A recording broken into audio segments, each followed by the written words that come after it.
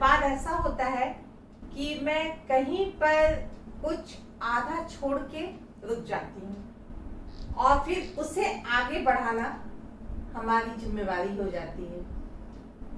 तो पिछले क्लास में हम कहाँ पे रुक गए थे?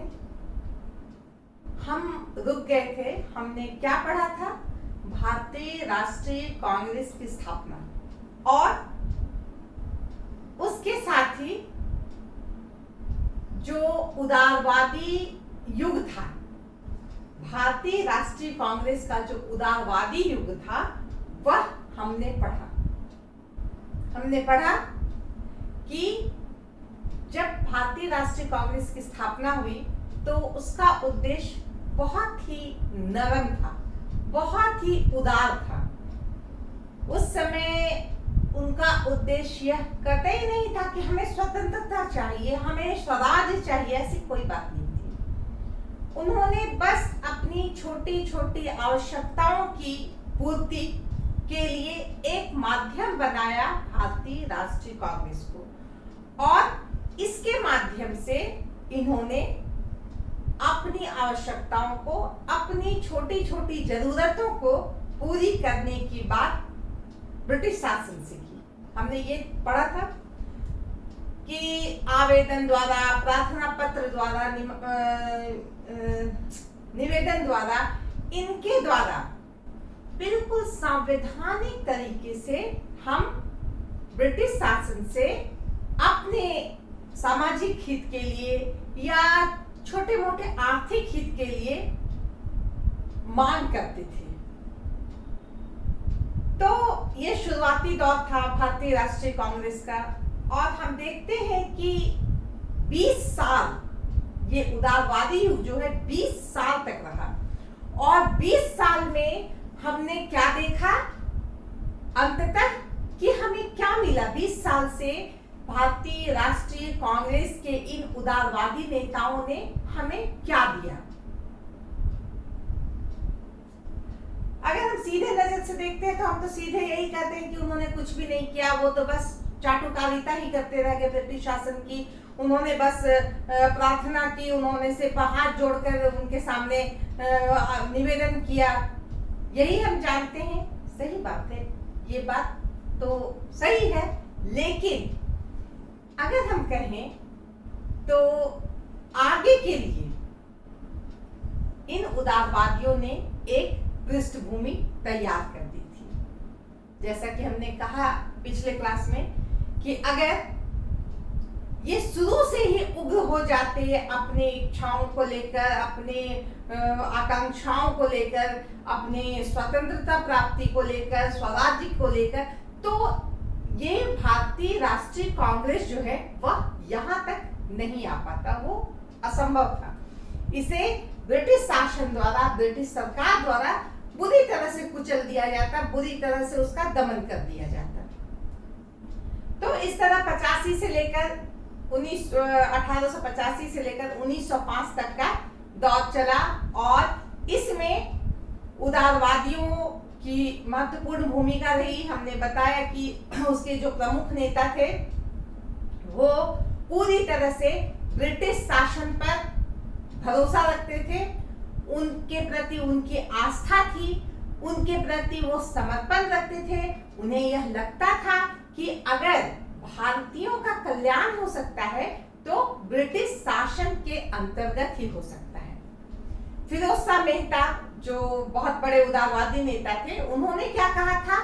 उन्होंने कहा था कि अगर हमारे देश में ब्रिटिश का शासन हुआ है यह तो यह भगवान की विशेष कृपा है। सोचिए कि उन लोग कितने बड़े समर्थक थे ब्रिटिश शासन के।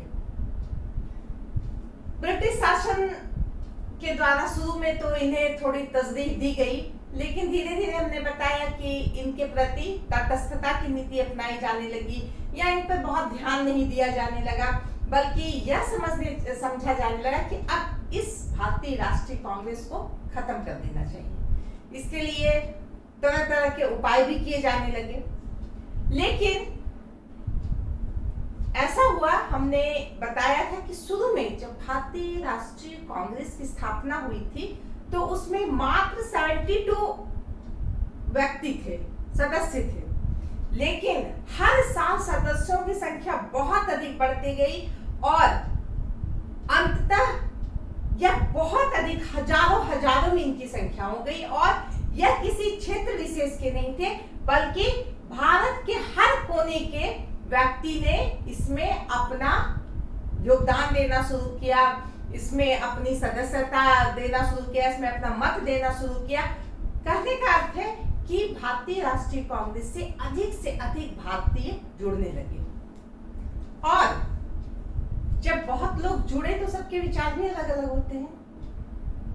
शुरू में सभी लोगों ने उदारवादी व्यवस्था, उदारवादी जो उनकी सोच थी उसका समर्थन किया, लेकिन धीरे धीरे कुछ लोगों को यह पसंद नहीं आने लगा कि ये क्या, हम लोग रोज मांग पत्र देते हैं, वो तो उसे डस्टबिन में डाल देते हैं, हम रोज निवेदन करते हैं, हम प्रतिनिधि मंडल लेकर के उनसे मिलने जाते हैं, लेकिन हमारी बातों पर तो कोई गौर ही नहीं किया जाता है। हम कहते हैं इस बार आप कोई अधिनियम बनाइएगा तो हम भारतीयों को ध्यान में रखिएगा, चाहे वो न्याय का क्षेत्र हो, चाहे वो राजनीति का क्षेत्र हो, हमें ध्यान दीजिएगा। लेकिन ब्रिटिश सरकार उसके प्रति कोई लापरवाही बरतती थी। हाँ ठीक है दे दिया, हो गया। तो इस तरह से लोगों में ब्रिटिश शासन के प्रति एक जो रवैया था वो बदल गया, और वह उदार रवैया जो था वह उग्र हो गया कि नहीं, इन लोग ऐसे सुनने वाले नहीं है, इन लोग तो ऐसे सुनेंगे। हम लोग कहते हैं ना कभी कभी कि सीधी उंगली से तो घी नहीं निकलता है, टेढ़ी उंगली करना पड़ता है। तो ऐसे मत के लोग अब कांग्रेस में आ गए, और यही से शुरू होता है भारतीय राष्ट्रीय कांग्रेस का उग्रवादी युग, जिसमें जो सदस्य थे वह किसी भी तरह से ब्रिटिश शासन के प्रति ना वो समर्पित थे, ना उनका वो अनुनय विनय करना पसंद करते थे, ना उनसे भीख मांगना पसंद करते थे, बल्कि वह चाहते थे कि नहीं, हम इन ब्रिटिश के गुलाम नहीं है, ये हमारा देश है। तो इस तरह से उनका विचार जो है उग्र हो गया। तो यह जो है कौन सा युग हुआ? उग्रवादी युग, इसे हम कहते हैं ये उग्रवादी युग। अब हम ये सवाल उठता है, ये उग्रवादी युग ऐसी क्या बात हुई, ऐसे क्या कारण हो गए कि उदारवादी लोगों की जो संस्था थी उसमें उग्रवाद आ गया? कारण क्या था? तो सवाल आता है, उग्रवादी भारतीय राष्ट्रीय कांग्रेस में उग्रवादी युग के क्या कारण थे? क्यों उग्रवाद वहां शुरू हो गया? क्यों उग्रवाद का उदय हो गया? तो आज हम उसके बारे में चर्चा करेंगे कि कौन से कारण थे जिससे भारतीय राष्ट्रीय कांग्रेस में उग्रवाद का जन्म हुआ। तो सबसे पहले हम बात करते हैं ब्रिटिश शासन में असंतोष। ब्रिटिश शासन को उदारवादी लोग तो बहुत ही पसंद करते थे, उसे अपना गुरु मानते थे। उन्हें लगता था कि अगर उनका विकास हो सकता है, उनका कल्याण हो सकता है, तो वह ब्रिटिश सरकार ही कर सकती है। लेकिन ऐसी कोई बात नहीं हुई। हमने देखा किस तरह से ब्रिटिश शासन में भारतीयों को दोयम दर्जे का समझा गया, मतलब उनको नीचे समझा गया। उन्हें न्याय क्षेत्र में किसी तरह की प्राथमिकता या महत्व नहीं दिया गया। हम देखते हैं राजनीति क्षेत्र में भी उनको दूर रखा गया। हम देखते हैं आर्थिक क्षेत्र में तो जितना हो सका उतना शोषण किया गया। तो इस तरह हर क्षेत्र में ब्रिटिश शासन ने अपनी निरंकुशता दिखाई भारतीयों के प्रति। भारतीयों के प्रति उनकी कोई जिम्मेवारी नहीं। 1892 में एक अधिनियम बना। भारतीयों को बहुत आशा थी कि भाई उदारवादी तो बहुत मेहनत कर रहे हैं, इस बार जो नियम बनेगा, जो कानून बनेगा, उसमें भारतीयों को जरूर महत्व मिलेगा, जरूर उन्हें स्पेशल ट्रीटमेंट दिया जाएगा। लेकिन जब अधिनियम पास हुआ, पब्लिक के सामने आया, क्या देखा गया कि जो कहा गया था कि भारतीयों को राजनीति में जगह दी जाए, जनप्रतिनिधि बनाया जाए, इस क्षेत्र का, भारतीय क्षेत्र जो है यहाँ का एक व्यक्ति हो जो यहाँ के लोगों द्वारा चुना गया हो, जनप्रतिनिधि की व्यवस्था की मांग की गई थी, उसे नकार दिया गया। इसके अलावे बहुत सारे जो भी नियम बनाए आर्थिक क्षेत्र में, सामाजिक क्षेत्र में, आर्थिक क्षेत्र में और न्यायिक क्षेत्र में, वित्तीय क्षेत्र में, हर क्षेत्र में जो है इस अधिनियम के द्वारा भारतीयों को बहिष्कृत ही रखा गया। जबकि 1892 के जो अधिनियम बनने वाले थे उससे भारतीयों को बहुत अधिक आशा थी, उदारवादियों को बहुत अधिक आशा थी कि हमने ऐसी ऐसी बातें रखी है ब्रिटिश सरकार के सामने, इस बार वो सारी बातें हम लोगों की मान ली जाएगी और हम लोग जो है सो हम लोग अपने देश में, अपने राज्य में अंग्रेज के संरक्षण में ही सही लेकिन हमारा कुछ भागीदारी होगा। तो क्या हुआ, परिणाम क्या निकला? कुछ नहीं, कुछ भी नहीं मिला। तो ऐसे समय में बहुत सदस्य थे वहां कांग्रेस में, क्या कहा उन्होंने, देखा ये ब्रिटिश कभी नहीं हम लोगों की भलाई के लिए सोच सकते, कभी नहीं, हम लोगों के लिए कुछ नहीं किया। हम लोगों ने सिर्फ जनप्रतिनिधि की मांग की थी, वो उन्होंने नहीं माना। हमने न्याय व्यवस्था के लिए उस क्षेत्र में अपने लोगों को मांगा था कि भारतीय हूं, उसमें नहीं मांगा, उसमें उन्होंने नहीं रखा। इस तरह से कुछ लोग उसी समय से उन उदारवादियों के एकदम से विरोध में हो गए और उस ब्रिटिश शासन के विरोध में हो गए कि नहीं नहीं नहीं, ये जो है सही तरीके से कुछ सुन नहीं सकते हैं, ना कुछ समझ सकते हैं, इनसे हम प्रार्थना करते हैं तो ये हमें कुछ समझते नहीं है, हमें पता नहीं, भीख मांगने वाले समझ लिए, जो उग्र होकर क्या आदमी करता है। ये सब उनके मन में आया। हमें ये जानना चाहिए कि उग्रवादी युग के जो बहुत ही महत्वपूर्ण नेता थे वो कौन थे। हमें हमेशा याद रखना चाहिए, लाल, बाल, पाल, तीन को हम जानते हैं उग्रवादी नेता। लाल, लाला लाजपत राय को लाल कहते हैं। बाल, बाल गंगाधर तिलक। पाल, विपिन चंद्र पाल। तो ये तीनों की तिकड़ी जो थी, इन्होंने उग्रवादी आंदोलन को एक नई दिशा दी और कहिए तो वही उसके नेतृत्व करता थे। इनके अलावे भी और भी बहुत लोग थे, उनमें एक बहुत ही महत्वपूर्ण इन्हीं लोगों के समकक्ष थे, वो थे अरविंद घोष। ये भी जो है उग्रवादी विचार के थे। इन्हें भी बिल्कुल ही पसंद नहीं था कि हम ब्रिटिश शासन की जो है चापलूसी करें, उनका खुशामद करें, अपने हित के लिए हम उनके पास भीख मांगे, ये उन्हें बिल्कुल पसंद नहीं था। तो इस तरह हम क्या देखते हैं कि ब्रिटिश शासन का जो सुधार था वह भारतीयों के लिए बिल्कुल ही असंतोषजनक था और उग्रवाद इसमें पनपने का यह एक बहुत ही बड़ा कारण बना। अब ब्रिटिश शासन की नीति, ब्रिटिश शासन की नीति, ब्रिटिश तो हमेशा भारतीयों को समझते थे कि तो हमारा शोषण का जगह है, हम जितना भी भारतीयों का शोषण कर सकें। अगर कांग्रेस की स्थापना भी हुई थी तो वह भी इसी उद्देश्य से उन लोगों ने करवाई थी या की थी कि इसके द्वारा हम अपने ब्रिटिश साम्राज्य की रक्षा कर सकेंगे। बस उन्हें दिखाने के लिए कि भाई आप लोग एक भारतीयों का एक ऐसा संस्था हो जो आप लोगों के हित के लिए बात, ये बस एक दिखावा था। मुख्य उद्देश्य क्या था? अपने साम्राज्य के, अपने साम्राज्यवादी व्यवस्था की रक्षा करना, यही उनका उद्देश्य था। उनकी आर्थिक नीति, जैसा कि हम जानते हैं, अधिक से अधिक शोषण करना था। कच्चे माल यहाँ से उठा के ले जाना, वहां से बना हुआ माल ला करके यहाँ पर खपत कर देना, यह उनका बाजार भी था और कच्चे माल को ले जाने का एक सस्ता सुविस्ता जगह, जहां से कच्चे माल बहुत औने पौने दाम में वो बाहर अपने देश ले जाते थे और वहां से बना करके उसी चीज को हमारे यहाँ महंगे दामों में बेच देते थे। वहां औद्योगिक क्रांति हो गई थी, यहाँ पे तो औद्योगिक क्रांति थी नहीं, यहाँ कुटीर उद्योग था, हस्त उद्योग, हस्त हाथों से किया हुआ काम वो सब चलता था। जब बाहर से सामान वगैरह बन के आना शुरू हुआ तो वो यहाँ की अपेक्षा सस्ते होते थे। जो हाथ से बने हुए होते थे, हस्तकरघा से बने हुए होते थे, जो कुटीर उद्योग में जो सामान का उत्पादन होता था, वह स्वाभाविक है कि वो थोड़े महंगे होंगे। तो क्या हुआ, लोगों ने वहां के सामानों को महत्व दिया, उसे खरीदा, उसे यूज किया, उसे उपयोग में लाया।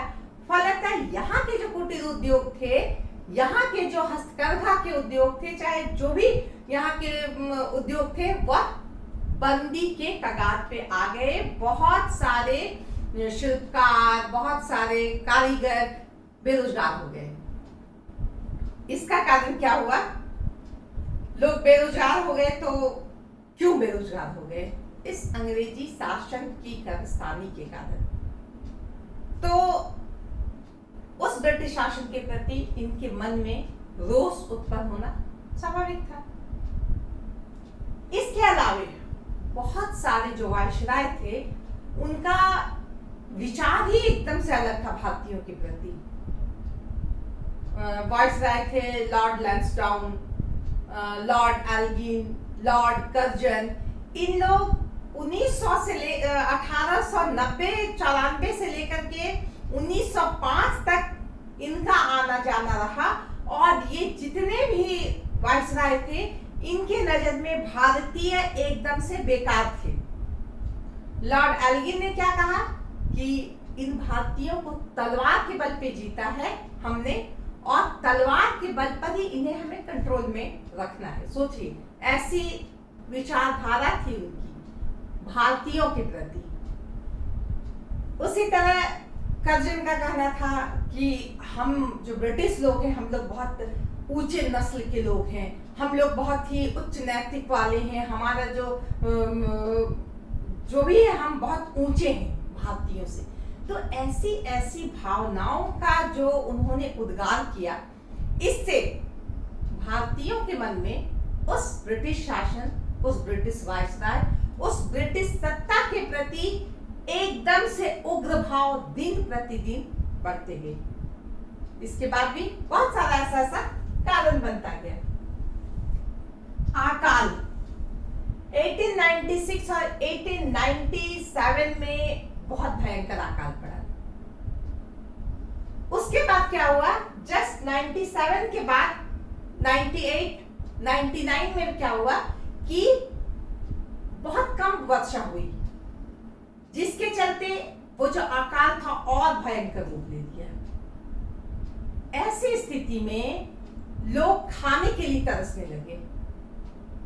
भारत एक कृषि प्रधान देश था, यहाँ पे किसी तरह की कमी नहीं थी खाने पीने की, लेकिन ब्रिटिश आर्थिक नीति, ब्रिटिश व्यवस्था का परिणाम यह निकला कि लोग भूखे मरने लगे। लेकिन सरकार के प्रति सरकार को उसके प्रति कोई जिम्मेवारी नहीं थी। उन्हें क्या जाता है, भारतीय मर रहे, उनका क्या जा रहा है? क्योंकि वो उस पर शासन करते थे, उनकी जिम्मेवारी होनी चाहिए, लेकिन उन्होंने यह जिम्मेवारी उतनी शिद्दत से नहीं ली। क्या हुआ बदले में? लोग तो मरे, लेकिन जो लोग जिंदा रह गए ना, उनके मन में इस ब्रिटिश शासन के प्रति एक उबाल आने लगा कि यह ब्रिटिश शासन हमारे हित के लिए नहीं है। इसके बाद क्या हुआ, एक रोग प्लेग फैला 1899 में। इस प्लेग ने पूना और बॉम्बे में इतनी भयंकर महामारी फैला दी, इस रोग का इतना असर था कि कितने लोग मर गए पूछिए मत। लेकिन सरकार की तरफ से कोई कार्रवाई नहीं, सरकार की तरफ से कोई व्यवस्था नहीं। एक मिस्टर रैंड थे जो वहां के आयुक्त थे, प्लेग आयुक्त, तो बस प्लेग आयुक्त थे, उनकी जिम्मेवारी कुछ नहीं थी, उन्हें कोई परवाह नहीं थी। लोग प्लेग से मर रहे हैं, उनके लिए क्या व्यवस्था करनी चाहिए, इलाज की व्यवस्था, दवा की व्यवस्था, उनके लिए क्या सुविधा मुहैया कराना चाहिए, इससे उन्हें कोई मतलब नहीं था। ये देख करके लोगों का खून खौलता था। इसी के परिणाम स्वरूप हम देखते हैं कि वो मिस्टर रैंड जो थे और उनके जो असिस्टेंट थे, उनकी हत्या कर दी गई। एक चापेकर, हरी चापेकर थे, उन्होंने इस बात से रुष्ट होकर इनकी हत्या कर दी कि तुम आयुक्त हो, तुम प्लेग आयुक्त हो, तुम देख रहे हो कि हमारे यहाँ लोग इतने मर रहे हैं और तुम उसके प्रति कोई जिम्मेवारी ही नहीं ले रहे हो। तो ऐसी ऐसी घटनाएं, छोटी घटनाएं थी लेकिन बहुत ही महत्वपूर्ण घटनाएं थी, जिसने लोगों को एक अंदर से जागृत कर दिया। अब हम बात करते हैं विदेशी घटनाएं। बहुत सारी विदेशी घटनाएं उस समय ऐसी ऐसी घटी जिसने भारतीयों को यह सोचने पर मजबूर किया कि जब वो हो सकता है तो हम ऐसा क्यों नहीं कर सकते, जब वैसा हो सकता है तो हमारे यहाँ ऐसा क्यों नहीं हो सकता है। क्या हुआ? इटली और अबिसिनिया, इटली एक देश है, अबिसिनिया एक देश है, छोटा सा देश। इटली और अबिसिनिया में युद्ध हुआ। इटली जो अबिसिनिया को अपने अंडर में रखना चाहता था, अपने अंडर में उसकी साम्राज्यवादी नीति के तहत उसे अपने ये में करना चाहता था, लेकिन अबिसिनिया ने उससे पंगा लिया और इटली को हरा दिया, जबकि इटली बहुत मजबूत देश था। इसके अलावे स्पेन और अमेरिका का युद्ध हुआ, उसमें भी स्पेन छोटा देश था लेकिन अमेरिका को उसने पराजित किया। इसके अलावा बक्सर युद्ध जो चीन में हुआ, अंग्रेज और चीनी के बीच, ये 1899 और से लेकर के 1901 तक हुआ। उसमें भी हम यही देखते हैं कि चीन ने अपने बल से, अपनी जो एक आत्मबल से उन्होंने हरा दिया। तो इस तरह से इन सब घटनाओं का बहुत अधिक प्रभाव पड़ा कि जब इतने छोटे छोटे देश, जिसे लोग ये बड़े देश कुछ नहीं समझते हैं, वह इन देशों को बर्बाद कर सकता है, उसे पराजित कर सकता है, तो हमारे लिए ये ब्रिटिश शासन क्या, हम भी तो इसे उखाड़ के फेंक सकते हैं, हम भी तो इसे हरा सकते हैं। सबसे महत्वपूर्ण क्या था? रूस जापान युद्ध जो 1905 में हुआ, 4-5 में। और इस युद्ध में जापान तो हम जानते हैं कि छोटा सा देश है, रूस इतना बड़ा देश है, लेकिन जापान ने रूस को हरा दिया। और ये तो बहुत बड़ा उदाहरण बन गया भारतीयों के लिए। भारतीयों के लिए नहीं, ऐसे बहुत सारे देश थे जो साम्राज्यवाद के शिकार थे, उनके लिए उदाहरण बन गया कि देखो जापान जैसा छोटा सा देश वह रूस जैसे देश को हरा सकता है। तो इन सब घटनाओं का इतना ज्यादा असर पड़ा कि लोग अब इस ब्रिटिश साम्राज्य से कि नहीं अब हमें इसकी दया पे जीने का कोई जरूरत नहीं है, हम इनकी दया पे नहीं जिएंगे, अब हम इन्हें भी फेंक देंगे उखाड़ करके। ये भावना बहुत बड़ी चीज होती है, जब अंदर से आदमी के मन में आत्मबल आ जाता है ना, तो ये भी बहुत बड़ी बात होती है। आदमी आधा तो ऐसे ही जीत जाता है। तो ऐसी भावनाओं का जन्म हो गया। नए नेताओं के विचार, नए नेता आ गए थे, इनके नए नए विचार थे, जैसा कि हमने बताया लाला लाजपत राय, बाल गंगाधर तिलक, विपिन चंद्र पाल, फिर अरविंद घोष, एनी बेसेंट, इन लोगों ने अपने विचार जो लोगों को दिए, जनता में जो फैलाया, उसका बहुत अधिक असर पड़ा। क्या इनका कहना था? इनका कहना था कि हमें ब्रिटिश की दया पे रहने की कोई जरूरत नहीं है, पहली बात। दूसरी बात, हमें स्वदेशी का प्रयोग करना है, जो हमारे देश का हो उसका हम प्रयोग करें। विदेशी सामान, विदेशी वस्तुएं, विदेशी संस्था, जो भी चीज है उसका हम बहिष्कार करें। इसके परिणाम स्वरूप क्या हुआ कि विदेशी जो भी सामान थे, कपड़े, सामान, खिलौने, हर चीज का बहिष्कार किया है। ये तो वस्तुओं की बात हुई। यहाँ तक कि लोग स्कूल, जो अंग्रेजी स्कूल होते थे उसका भी, जो सरकारी स्कूल होते थे उसका भी बहिष्कार किया। उन्होंने जो अपना जो गुरुकुल टाइप का स्कूल होता था, उस टाइप का विद्यालय पर उन्होंने अपना ध्यान केंद्रित किया कि हमारे बच्चे विद्यालय जाएंगे जो अपने देश के ये से बने हुए हों। अब किसी भारतीय के क्षेत्र में जो है भारतीयों द्वारा स्कूल खोले गए हों, जहां भारतीय शिक्षा दी जाती हो। तो इस तरह से बहुत बड़ा असर पड़ा और लोगों की मानसिकता में बहुत बड़ा अंतर आया। तो इन नेताओं के विचार बहुत उग्र थे। इन्होंने बार बार लोगों को, जनता को यह समझाया कि यह ब्रिटिश शासन जो है हमारे लिए नहीं है, या हमारे हित के लिए कभी काम नहीं करती है। हमें अपने लिए सोचना है, तो हमें इसे हटाना होगा। इस बात को याद रखिएगा कि तिलक ने, बाल गंगाधर तिलक ने क्या कहा था, स्वराज्य हमारा जन्मसिद्ध अधिकार है और हम इसे लेकर रहेंगे। यह बहुत ही महत्वपूर्ण कोटेशन है। किसने कहा था कि स्वराज हमारा अधिकार है और हम इसे लेकर रहेंगे? ये बहुत बड़ी बात है। इसी तरह और भी जो हमारे विपिन चंद्र पाल थे, अरविंद घोष थे। अरविंद घोष ने क्या कहा कि हमारे मन में अगर राष्ट्रवाद की भावना आई है तो यह कोई छोटी मोटी भावना नहीं है, यह ईश्वरीय देन है। कि हमारे मन में अगर ऐसी बात आई है तो यह ईश्वरीय देन है। विपिन चंद्र पाल ने कहा कि अंग्रेज तो कहते हैं कि भिखमंगे बड़े खराब होते हैं, भिखारी भीख मांगना अच्छा नहीं होता।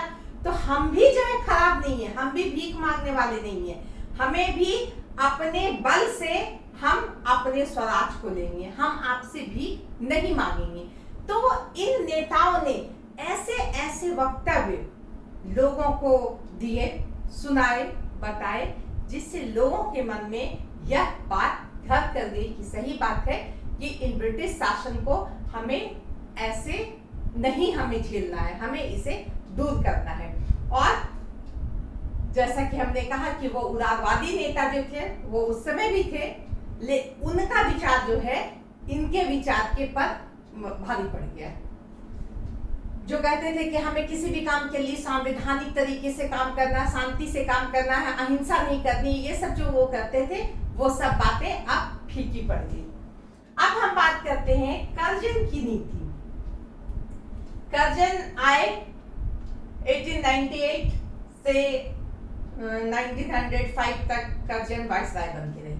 बहुत ही प्रतिक्रिया वादी नीति के थे, यानी कि एकदम से कड़क, एकदम से कठोर, भारतीयों को एकदम कस के रखना है, ये इनकी नीति थी। इसके लिए इन्होंने कहा कि मैं जो भी कर सकता हूँ वो मैं कर दूंगा। भारतीय राष्ट्रीय कांग्रेस के प्रति इनका क्या विचार था? जब वो इंग्लैंड से चले थे, उन्होंने यह प्रण लिया था कि मैं जा रहा हूँ भारत, और ये भारतीय राष्ट्रीय कांग्रेस जो मर रहा है, जो अपना दम तोड़ रहा है, उसे मैं अंतिम सांस उसका देख लूंगा। तो इस तरह हम क्या देखते हैं कि ऐसे ऐसे वाइसराय जिन्होंने भारतीयों की भावनाओं को बहुत अधिक ही उन्हें बहुत तकलीफ दी, भारतीयों की भावनाओं को। उनका विचार था कि अंग्रेज जो है श्रेष्ठ है, इनका विचार था। बहुत एक जगह विश्वविद्यालय के दीक्षांत समारोह में इन्होंने कहा कि हम जो है बहुत श्रेष्ठ हैं और हमारे संपर्क में ही जो है भारतीयों में कुछ श्रेष्ठ विचार या श्रेष्ठ गुण आ सकते हैं। तो ऐसी ऐसी बातों को कहकर उनका उद्देश्य क्या था कि भारतीयों को दबाकर, उन्हें डराकर, ऐसी ऐसी बातों से उन्हें पूरी तरह से हीन भाव में डुबा देना, ऐसी उनकी सोच थी। लेकिन ऐसा हुआ नहीं, हुआ बिल्कुल उल्टा। लोग उस कर्जन के प्रति और उग्र हो गए कि इनका विचार जो है बहुत ही खराब है। अब हम इनकी जो कर्जन की नीति थी, ये बहुत महत्वपूर्ण नीति थी इनकी। बंगाल का विभाजन, इनकी जो सबसे बड़ी गलती थी वह थी बंगाल विभाजन, जो हुआ था 1905 में। 1905 में बंगाल विभाजन हुआ। कहने का क्या मतलब, बंगाल विभाजन क्या था कि हम जान लें। बंगाल हम जान रहे हैं, आज तो पूर्वी बंगाल पश्चिम बंगाल है। पूर्वी बंगाल तो बांग्लादेश ही हो गया, पश्चिम बंगाल हम लोगों के देश का है। उस समय ये पूरा एक क्षेत्र हुआ करता था, बहुत बड़ा क्षेत्र। उस समय जो वहां के गवर्नर थे, उन्होंने क्या कहा कि आसाम को बंगाल में मिला लेते हैं, इसको दो भाग में बांट देते हैं। किस आधार पर भाई? हिंदू और मुस्लिम के नाम पे दोनों को बांट दिया जाता है। क्यों बांटने की आवश्यकता आ गई? वहां यह देखा गया, हमने पिछले क्लास में हमने जब धार्मिक और सामाजिक आंदोलन पढ़ा था या जब हमने प्रेस का विकास पढ़ा था, हमने यह देखा था कि बंगाल जो है वह एक केंद्र था, राष्ट्रवाद का केंद्र, जागरूकता का केंद्र, जहां से समाचार पत्र सबसे पहले निकलते हैं, जहां से सुधारक सबसे पहले निकलते हैं, जहां पे क्रांतिकारी विचारधारा जो है पहले निकलती है। तो इन सब को इन वायसराय ने या वहां के गवर्नर ने देखा कि ये बंगाल जो है यह एक ऐसा जगह है जहां से जितनी क्रांतिकारी चीजें होती है यहीं से उसका उद्भव होता है। तो क्या किया जाए, इसे बांट दिया जाए। और किस आधार पर बांट दिया जाए, इसे हिंदू मुसलमान के नाम पे बांटा जाए। लेकिन कहें क्या, पब्लिक को क्या कहें, ये ना कहें कि हम हिंदू और मुस्लिम के नाम से बांट दिए। हमें यह कहना होगा कि एडमिनिस्ट्रेशन की सुविधा के लिए, प्रशासनिक सुविधा के लिए हम बंगाल को बांट रहे हैं, ये उन्होंने दलील दी। लेकिन अंदर क्या था, हिंदू और मुसलमान के बीच एक लकीर खींच देना और दोनों के बीच भेदभाव पैदा कर आपस में लड़ा देना, वही वोट डालो शासन करो। तो कर्जन की नीति, बंगाल विभाजन कर दिया उन्होंने प्रशासनिक सुविधा के नाम पे, उद्देश्य उनका कुछ और था। अब क्या हुआ कि लोग दंग रह गए कि ऐसा कैसे हो सकता है, हिंदू मुस्लिम मिलके रहते थे, उनकी जो राष्ट्रवादिता थी, उनकी सोच थी, उनका जो विचार था वो मिलता जुलता था, उनमें कोई बड़े प्रेम से वो रहते थे। लेकिन अंग्रेज इस बात को जानते थे कि अगर इन लोग मिल जाएंगे तो हमारे पे खतरा है। इस बात को ध्यान में रख के उन्होंने भारत विभाजन किया। इसका क्या परिणाम हुआ कि सारे लोग भड़क गए, सिर्फ बंगाल के लोग नहीं, पूरे देश में इसका विरोध होने लगा कि ये बंगाल विभाजन गलत है, क्यों हिंदू मुस्लिम के नाम पे इसे बांटा गया है, ये गलत है, ये हमारी राष्ट्रीयता को, हमारे राष्ट्रवाद को कमजोर करने वाली बात है। यहाँ तक कि जो उदारवादी नेता है बहुत सारे, वह भी इसके खिलाफ हो गए। सुरेंद्र नाथ बनर्जी ने कहा कि जब बंगाल विभाजन हुआ तो ऐसा लगा हम लोगों के ऊपर एक बम गिर गया है। तो इस तरह से जो उदारवादी नेता थे, जो ब्रिटिश शासन के समर्थक थे, उन्हें भी यह बात बिल्कुल अच्छी नहीं लगी और इसके विरोध में पूरे देश में सभा, जुलूस, प्रदर्शन होने लगे। बहुत सारे जो संस्थाएं थी, सभी ने इसका पुरजोर विरोध किया। इसका परिणाम भी आया कि अंततः 1911 में इस बंगाल विभाजन को जो किया गया था उसे रद्द कर दिया गया। तो इस तरह से कर्जन की नीति जो है, इसने भारतीयों में यह बात को बता दिया कि यह जो ब्रिटिश शासन है, यह किसी भी तरह से नहीं चाहती है कि भारतीयों का कल्याण हो, भारतीय मिलजुल के रहे।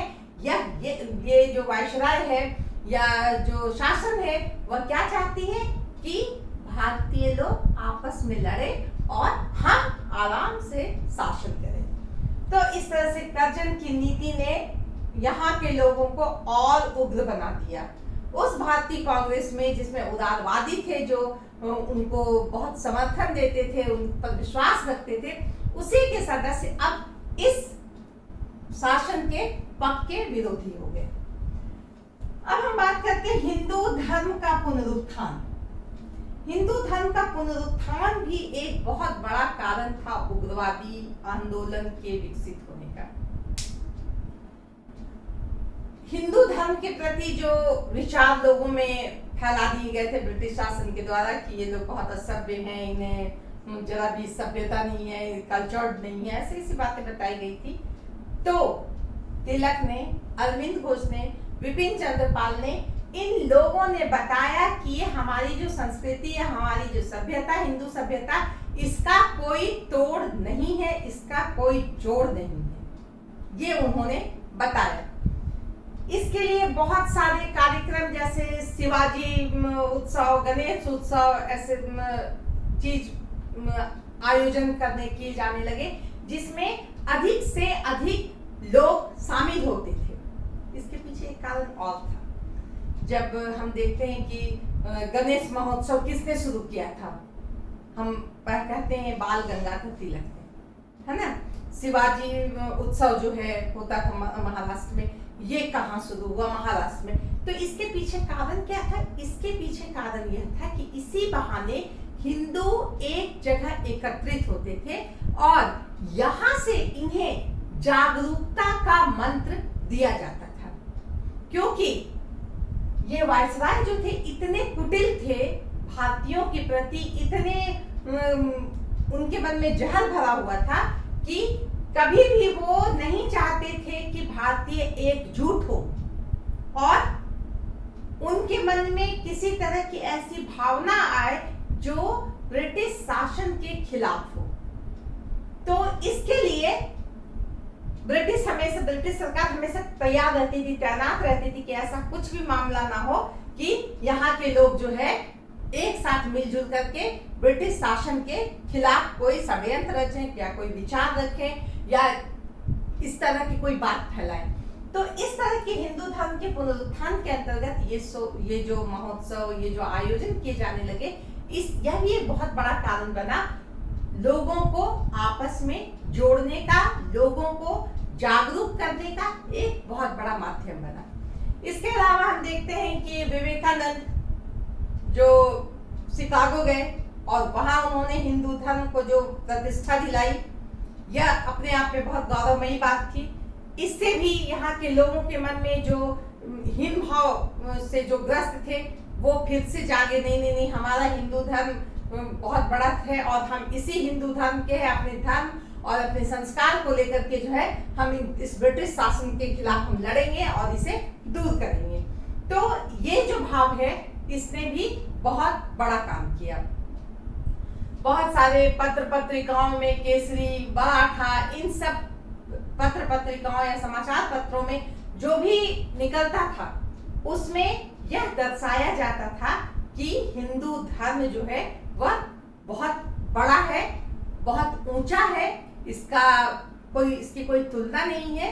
तो इस तरह से जो हिंदू धर्म का पुनरुत्थान हुआ, इसने उग्रवादी आंदोलन को एक नई दिशा दी।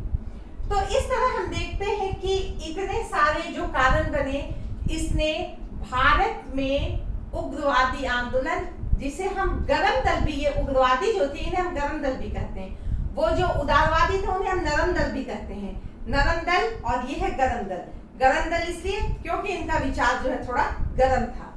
लेकिन इन उग्रवादियों को कुचलने में, इनके दमन करने में ब्रिटिश शासन ने कोई कमी नहीं की। जिस तरह हमने देखा कि एक मराठा में इसने तिलक ने ब्रिटिश शासन के विरोध में कुछ लिख दिया, इसके कारण जो है उन्हें कारावास दे दिया गया।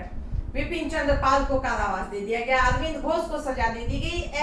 ऐसी घटनाएं जो घटी, इससे क्या हुआ, यह आंदोलन और भी उग्र हो गया। परिणाम स्वरूप अब वो उग्रवादी आंदोलन बदल गया आतंकवादी आंदोलन में, एक्सट्रीमिस्ट हो गया। समझ रहे? तो दमन का ये असर निकला कि जो इन लोगों का ये उद्देश्य नहीं था कि किसी को मार दो, किसी को बम से उड़ा दो, किसी को की हत्या कर दो, ये सब इनका उद्देश्य कतई नहीं था, बिल्कुल नहीं था। लेकिन चूंकि इन पर इनको दमन किया गया, इनको इतना ज्यादा दबाया गया कि अब इसी में से कुछ लोग और उग्र हो गए, एकदम आतंकवादी, कि मार दो, हत्या कर दो, डकैती कर लो, उसको बर्बाद कर दो। इस तरह के विचार ब्रिटिश शासन के खिलाफ अब लोगों में आने लगे। तो हम देखते हैं कि इस तरह से उग्रवादी युग जो है वह शुरू हुआ, जिसने भारतीय राष्ट्रीय कांग्रेस में एक बहुत बड़ी भूमिका निभाई और अंततः भारतीय राष्ट्रीय आंदोलन में भी जो है इसकी भूमिका बहुत ही महत्वपूर्ण थी। अब हम बात करेंगे कि इस संदर्भ में जो महत्वपूर्ण है, इसे आप लोग जानिएगा कि 1905 में बनारस अधिवेशन हुआ सबसे पहले। उसमें उदारवादियों और उग्रवादियों के बीच जो खाई थी वह दिखाई थी। उनके विचार और इनके विचार आपस में टकरा गए। चलो निकल गए, ज्यादा पता नहीं चला। फिर एक साल बाद कलकत्ता में अधिवेशन, कांग्रेस का अधिवेशन, यह अधिवेशन क्या था? कांग्रेस का अधिवेशन। कलकत्ता में अधिवेशन हुआ 1906 में। उसमें उदारवादी और उग्रवादी थोड़े और बढ़कर आ गया है कि नहीं, आप मैंने आपस में दिखने लगे, इनके बीच जो मतांतर था, इनके बीच जो विचारों का अंतर था, वह इसमें दिखने लगा। और अंततः हम देखते हैं सूरत अधिवेशन, कांग्रेस का सूरत अधिवेशन जो 1907 में हुआ था, वह क्या हुआ? वह दोनों भागों को बिल्कुल अलग कर दिया, ये उग्रवादी या उदारवादी। तो ये सवाल आता है कि कांग्रेस का विभाजन कब हुआ? तो कब हुआ? 1907 में। कांग्रेस के किस अधिवेशन में? सूरत अधिवेशन में। सूरत में हुआ था, इसलिए उसको सूरत अधिवेशन कहते हैं। इस तरह 1907 में जो है ये उग्रवादी और उदारवादी बिल्कुल दो भागों में बट गए। दोनों की विचारधारा वही थी, जो उसकी वो थी, उसकी वो थी। दोनों एक दूसरे के विचार से बिल्कुल सहमत नहीं थे। तो इस तरह जो है सूरत अधिवेशन के साथ जो है उग्रवादी आंदोलन बिल्कुल अलग हो गया। और यह जो अलगाव था, यह कब तक रहा? यह 1916 तक रहा। और 1916 में फिर ये दोनों एक हो गए। उद्देश्य तो दोनों का फिर एक ही हो गया था कि अंग्रेजों को बाहर निकालना और देश में स्वराज्य स्थापित करना। तो इस तरह से हम देखते हैं कि भारतीय राष्ट्रीय कांग्रेस का उग्रवादी युग जो है एक बहुत ही महत्वपूर्ण युग है। और इसमें लाल बाल पाल की भूमिका बहुत ही महत्वपूर्ण है। इसमें सूरत अधिवेशन का बहुत महत्व है। इसके अलावा यहाँ जो बंगाल विभाजन है, यह भी इस कालक्रम का एक महत्वपूर्ण भाग है। तो आज के लिए इतना ही। धन्यवाद।